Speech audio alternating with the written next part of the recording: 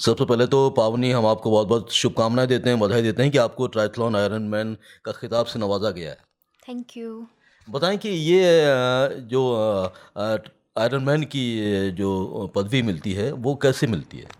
ये iron man की जो पदवी है इसमें इसको प्राप्त करने के लिए पहले हमें 1.9 किलोमीटर स्विमिंग करनी पड़ती है, फिर 90 किलोमीटर साइकिलिंग करनी पड़ती है और फिर 21.1 किलोमीटर रनिंग करनी पड़ती है और इस सब को 8 घंटा 30 मिनट के अंदर करना पड़ता है। अच्छा, जो लोग नहीं जानते हैं इस बारे में कि आयरनमैन का ये जो कॉम्पिटिशन होता है, किस प्रकार का होता है, इसमें कैसे हम हिस्सा ले सकते हैं, उनके लिए थोड़ा बताएँ कि ये जो जिनको पता नहीं है?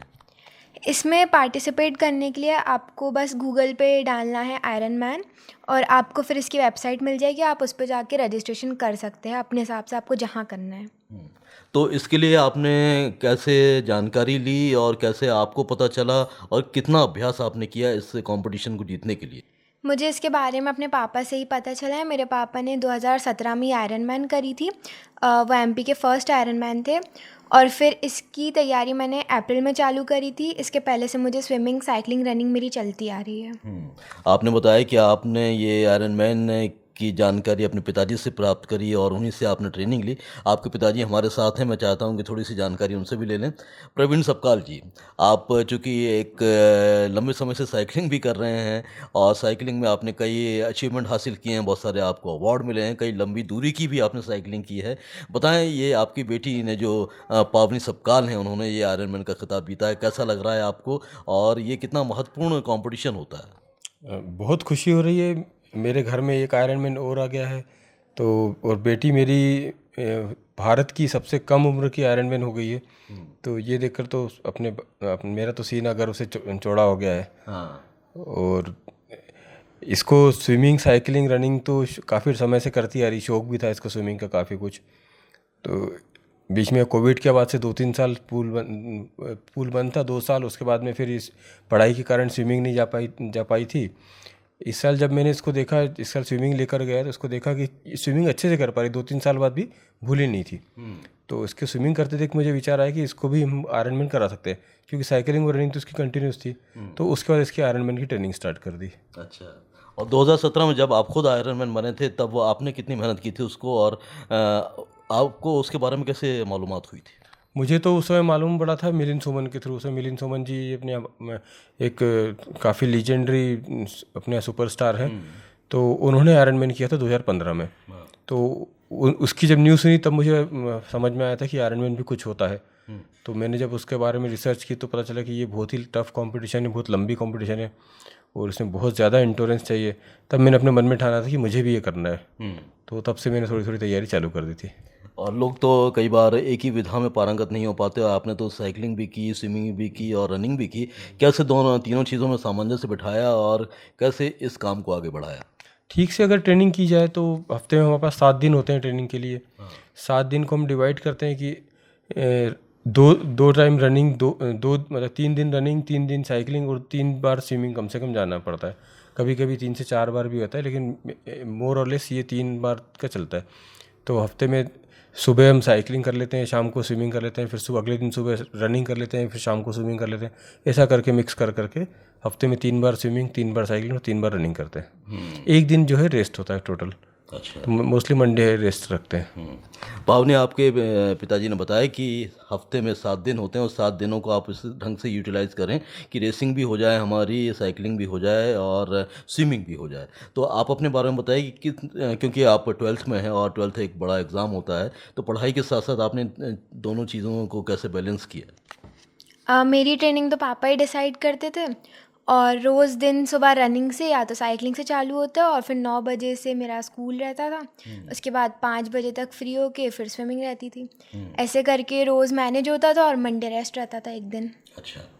ये जो कॉम्पिटिशन हुआ फ़िलीपींस में, उसके बारे में बताइए कि इसमें तकरीबन कितने पार्टिसिपेंट्स थे, कितने आपके कॉम्पिटिटर थे और किस प्रकार से आपने सबको हराते हुए ये खिताब हासिल किया? इसमें लगभग 1000 लोग थे। उसमें से एज ग्रुप में भी सब डिवाइड हो जाते हैं, तो मेरे एज ग्रुप में 23 पार्टिसिपेंट्स थे और 6 लड़कियां थी और इसको फिर मैंने 7 घंटा 22 मिनट में फ़िनिश किया था वहाँ पे। तो 7 घंटे 22 मिनट में आपने किस प्रकार से अलग अलग घंटे में दूरी तय की, चाहे वो स्विमिंग की हो, साइकिलिंग की हो और रनिंग में? स्विमिंग में मुझे 45 मिनट्स 45 सेकंड्स लगे थे, साइकिलिंग में मुझे 3 घंटा 27 मिनट लगे थे और रनिंग में मुझे 2 घंटा 57 मिनट्स लगे थे। तो स्विमिंग कितने किलोमीटर की थी, साइकिलिंग कितने किलोमीटर की थी और रनिंग कितने किलोमीटर की थी? स्विमिंग 1.9 किलोमीटर की थी, साइकिलिंग 90 किलोमीटर्स की थी और रनिंग 21.1 किलोमीटर की थी। अच्छा। तो ये प्रैक्टिस करने के लिए आप कौन-कौन सी बातों का ध्यान रखती थी ताकि जो समय है उसको पूरा मैनेज कर सकें और हम इस कॉम्पिटिशन को जीत सकें? अ, इन सब को करने के लिए सबसे पहले तो कंसिस्टेंसी की, जो वर्कआउट दिया है उसको पूरा करना है, जिस दिन जो दिया उसी दिन उसे पूरा करना है, अगले दिन पे नहीं टालना है और रेस्ट भी प्रॉपर चाहिए। और फिर मेरे कोच तो मेरे पापा थे, तो हम अकॉर्डिंगली वर्कआउट्स डिसाइड करते थे और मैं किसी भी वर्कआउट को छोड़ती नहीं थी, जो दिया है वो होना चाहिए, जब तक तबीयत ठीक ना हो तब तक तो पूरा। अच्छा, अच्छा। प्रवीण जी, मैं जानना चाहता हूँ कि आयरन मैन के बारे में अभी कितनी जानकारी लोगों तक है और आपको क्या लगता है कि किस प्रकार से ये बाकी देशों के मुकाबले कुछ कम है? भारत में तो नेचुरली बहुत कम है और हमारे यहाँ मतलब स्पोर्ट्स में ही, किसी भी स्पोर्ट्स में देखा जाए तो हमारे यहाँ कम ही है। और आयरन मैन के बारे में कुछ समय पहले तक तो कोई जानता ही नहीं था, खासकर भोपाल मध्य प्रदेश में तो कोई नहीं जानता था। तो जब मैंने 2017 में किया था तो किसी को पता ही नहीं था आयरन मैन के बारे में कि क्या होता है, कैसे होता है। उसके बाद से धीरे धीरे आप जैसे लोगों की बदौलत ये बात का प्रचार हुआ है, तो काफ़ी लोग अब आयरन मैन के लिए जाने लगे हैं। भोपाल से इस समय कम से कम 20 से 25 लोग हैं जो आयरन मैन कर चुके हैं 2017 के बाद से लेके अभी तक। तो मतलब अब धीरे धीरे अवेयरनेस बढ़ रही है अपने स्वास्थ्य के लिए और बाहर के कॉम्पिटिशन्स के लिए। तो अब देश का नाम धीरे धीरे आयरन मैन के नक्शे पर भी आने लगा है पूरी दुनिया के एथलीट्स के साथ साथ। अभी हम लोग जैसे फिलीपींस गए थे, तो वहाँ पर ज़्यादातर लोग तो लोकल ही होते हैं, फिलीपींस के ही थे, लेकिन जापान के भी काफ़ी लोग आते हैं वहाँ पर और दूसरे देशों से भी आते हैं। अब गोवा में भी आयरन मैन होता, तो वहाँ पे इंडियंस के अलावा बाहर के बहुत सारे लोग आते हैं। तो इस तरह से सब जगह बढ़ता जा रहा है। भोपाल के भी कुछ लोग बाहर जाके आयरन मैन कर चुके हैं, तो उससे भी मतलब अवेयरनेस आती है धीरे धीरे लोगों में। तो आयरन मैन 70.3 जो नाम है, वो नाम किस आधार पर दिया गया है? इसमें 1.9 किलोमीटर स्विमिंग होती है और मोस्टली स्विमिंग ओशन में करना होती है। तो फिलीपींस में भी पैसिफिक ओशन है, नॉर्थ पैसिफिक ओशन, तो उसमें स्विमिंग थी। तो एक तो ये 1.9 किलोमीटर हो गया, देन 90 किलोमीटर रनिंग साइकिलिंग हो गया, देन 21.1 किलोमीटर रनिंग हो गया। इन तीनों का अगर हम टोटल करते हैं तो 113 किलोमीटर होता है, जो कि माइल्स में 70.3 माइल्स होता है। अच्छा। तो इसका नाम ये ऐसे ही रखा गया, आयरन मैन 70.3 माइल्स के हिसाब से। अच्छा। तो आयरन मैन 70.3 का ये खिताब जब पावनी तुमने जीता, तो कैसा रिस्पांस रहा आपका? स्कूल में किस प्रकार से आपको अप्रिशिएट किया गया और किस प्रकार से बाकी लोगों ने भी ये जानना चाहा कि ये खिताब हमें भी जीतना है, तो उसकी जो जानकारी हमको भी मिले? स्कूल में भी काफ़ी सारा कॉन्ग्रेचुलेशंस मिला, टीचर्स ने भी कॉन्ग्रेचुलेट किया, खुद को प्राउड फील हुआ, मम्मी पापा से भी सुन के काफ़ी ज़्यादा अच्छा लगा। फिर वहाँ फिलीपींस में जाके इंडिया की तरफ से इतना करने के बाद भी बहुत अच्छा लगा और सब जगह से पॉजिटिव फीडबैक भी आ रहा है और मेरे कारण अगर बाकी लोग भी इंस्पायर हो रहे हैं करने के लिए, खासकर लड़कियाँ, तो भी मुझे बहुत अच्छा लगेगा और लोग जितने ज़्यादा करेंगे उतना अच्छा लगेगा। ये इवेंट पूरा करने के बाद आपको क्या मिला इसके मतलब एज ए अवार्ड? इसे फिनिश करने के बाद मेडल मिलता है, सर्टिफिकेट मिलता है और आप लोगों से इतना सारा प्यार जो मिल रहा है। तो प्यार तो सभी का आपको मिलेगा ही और आने वाले समय में भी मिलता ही रहेगा। प्रवीण जी, मैं आपसे जानना चाहता हूँ कि इस प्रकार के इवेंट किस प्रकार से बहुत ही महत्वपूर्ण हो गए हैं, क्योंकि हम देख रहे हैं कि लगातार जब कोविड का दौर था तो लोगों की फिजिकल एक्सरसाइज भी बाहर निकलना कम हो गया था, स्विमिंग भी कम हो गई थी, साइकिलिंग भी कम हो गई थी। तो आप कितना प्रासंगिक मानते हैं आप इस प्रकार की इवेंट्स को? कोविड के बाद से निस्संदेह इन चीज़ों में, एक्टिविटीज़ में लोगों का रुझान बढ़ा है और स्पेशली बाहर जाने, घूमना फिरना, तो घूमने फिरने तो पहले भी लोग जाते थे, अब इन रेस को करने के लिए भी घूमने लगे लोग। तो ये भी एक अच्छा होगा कि इस घूमने के साथ साथ स्वास्थ्य भी इम्प्रूव हो रहा है आपका। और जब आप किसी ऐसे लंबे इवेंट के लिए करते हो तो इसको बिना ट्रेनिंग के तो कर नहीं सकते। तो ट्रेनिंग करना है तो डेली उसमें रूटीन में भी आपकी वर्कआउट्स आ जाते हैं। ट्रेनिंग में आप रेगुलर रहते हो तो रोज़ की आदत बन जाती है जल्दी उठने की, वर्कआउट्स करने की। तो बच्चों से लेकर बड़ों तक सभी में ये अवेयरनेस बढ़ गई है। साइकिलिंग हो गया, रनिंग हो गया, सब।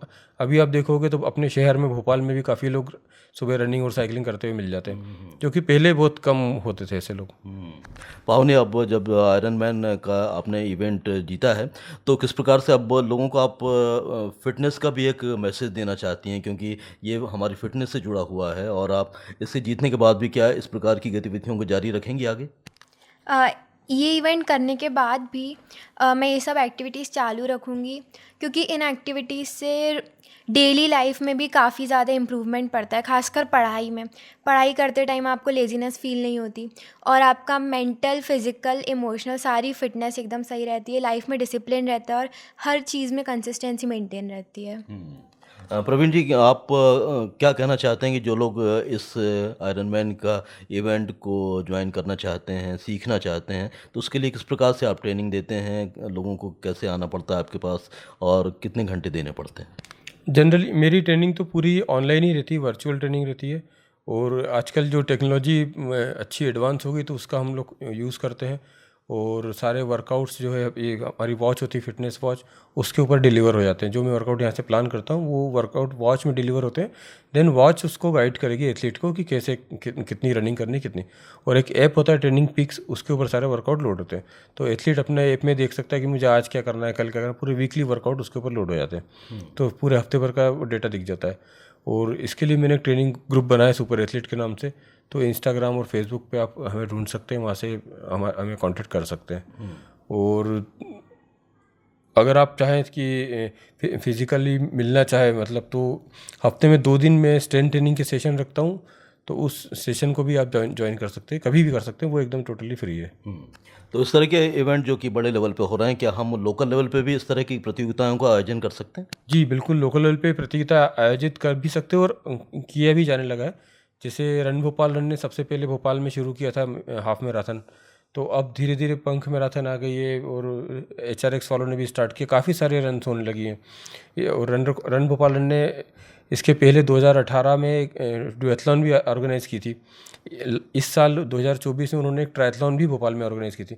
तो इस तरह से धीरे धीरे अवेयरनेस भी आ रही है और इवेंट्स भी आते जा रहे हैं। तो जितने ज़्यादा लोग पार्टिसिपेट करेंगे उतना इसका प्रचार होगा, और उतने ये सब इवेंट्स आते जाएंगे भोपाल में। तो पावनी, अपनी जैसी फ्रेंड से क्या कहना चाहती हैं जो लोग ज़्यादा रनिंग नहीं करते हैं, स्विमिंग नहीं करते हैं, साइकिलिंग नहीं करते हैं, और अपनी फिटनेस को लेके ज़्यादा अवेयर नहीं है? अपनी फ़िटनेस को लेके सबको अवेयर होना चाहिए, और अगर कुछ नहीं तो कम से कम रोज़ वॉक पे तो जाना ही चाहिए। बाकी फिर जिसे जो अच्छा लगता है वो अपने हिसाब से वो स्पोर्ट्स ज़रूर करना चाहिए, क्योंकि फ़िज़िकल फ़िटनेस बहुत ज़रूरी है, अभी भी और आगे भी। तो प्रवीण जी, इससे पहले कि हम बातचीत ख़त्म करें, आप हमारे कार्यक्रम के माध्यम से क्या संदेश देना चाहते हैं आयरन मैन 70.3 इस इवेंट को लेकर और लोगों की फ़िटनेस को लेकर? फिटनेस को लेकर तो ये संदेश है कि रोज़ कुछ ना कुछ वर्कआउट ज़रूर करें, भले साइकिलिंग करें, रनिंग करें, या कोई पसंद का, या डांस ही करें, डांस में भी मज़ा आता है। तो कुछ ना कुछ कार्डियो उसमें भी हो जाता है। तो कोई ना कोई वर्कआउट ज़रूर करें, और ज़्यादा से ज़्यादा इवेंट्स में पार्टिसिपेट करके, जैसे आयरन मैन टाइप की जो इंटरनेशनल इवेंट्स है उसमें पार्टिसिपेट करके अपने देश को धीरे धीरे आगे बढ़ाते रहें। हम आगे बढ़ेंगे तो हमारी अगली जनरेशन भी आगे बढ़ेगी, हमसे अच्छा वो करेंगे, उससे अच्छे करने वाले भी और लोग आएंगे। इस तरह से हमारा परफॉर्मेंस ओवरऑल सुधरता जाएगा। हो सकता है कि हम ओलंपिक में भी अपने देश को रिप्रेजेंट कर पाए, जो कि अभी ऐसा है कि ओलंपिक में तो भारत क्वालिफाई नहीं कर पाता है, ना ट्रायथलॉन में ना रनिंग में। तो वो भी एक बड़ा दुखद हिस्सा है इसका। तो अगर लोग जुड़ते जाएंगे तो उसमें से अच्छे लोग भी निकलते जाएंगे, और अपने आप उसमें इम्प्रूवमेंट आता है। तो हो सकता है हम उसमें क्वालिफाई भी करें, बल्कि मेडल भी ले आए उसमें।